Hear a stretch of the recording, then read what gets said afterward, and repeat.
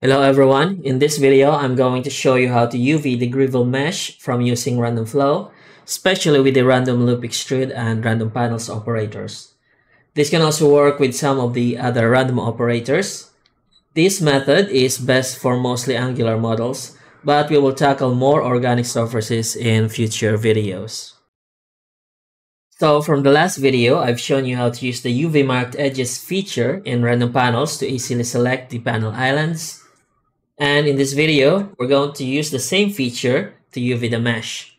Okay, so first off, select everything in edit mode, then press the U hat key and select unwrap. The default UV unwrap based on the UV marked edges will not be straight, and as you can see, this bends and twists the texture in some parts of the mesh. Okay, we're going to remedy this issue without using any add-ons, but you can take the method shown in this video to accentuate the use of any add-ons you might have that will help you achieve the same result faster. You can select an entire UV island by putting the mouse cursor over an element, which is a vert, an edge, or a face, depending on your selection mode, and pressing the L hat key like the tutorial videos from before. In the UV editor, press the U hat key and use the Smart UV Project operator on the selected UV island, which will straighten their edges. This will work most of the time, and you might have to play around with the angle limit property sometimes to get the most optimal result, like using the default 66 degrees, or the max, which is 89 degrees, or the minimum value, or any values in between. Go ahead and use this method in UV islands whose edges are not straight. It doesn't have to be all the edges, but the boundary edges are the most important. Sometimes, even if the geometry concerned with the UV island is simple, the Smart UV Project operator can have an undesirable result. So, to remedy this, select a face with straight edges and make it active from the selection by clicking on it. Then press the U hat key and use the Follow Active Quads operator. This method also has its issues, but is a great follow-up if the Smart UV Project doesn't put out a good result. If the Follow Active Quads fail, you might have to add a few seams from the sharp corners of the border edges of the UV island to increase its chances of generating straight edges without any issues like overlapping faces. We will avoid using Smart UV Project and go straight to Follow Active Quads, but we need to create a face that have straight edges or edges that are aligned to the horizontal and vertical, which is basically a square. Then we will use this face for the Follow Active Quads operator to straighten the UV island based on the new seams that we have added.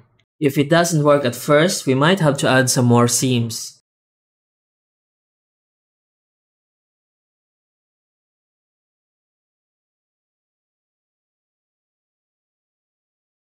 Now we just need to do this on all the UV islands that are distorted.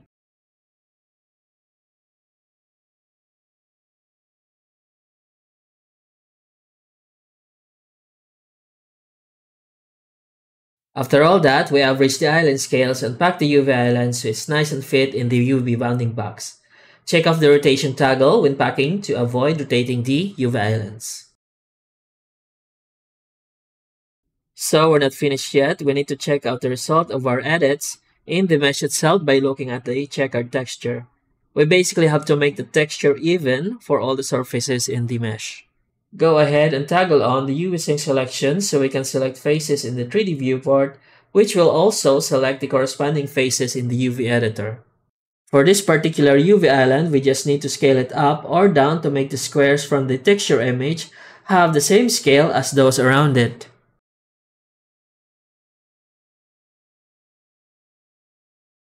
Don't forget to pack the UV islands after scaling or transforming them.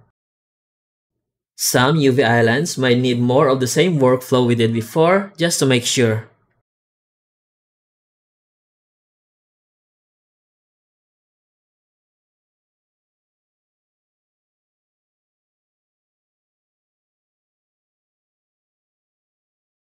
Now, let's put a test material using a UV texture coordinate to test our work.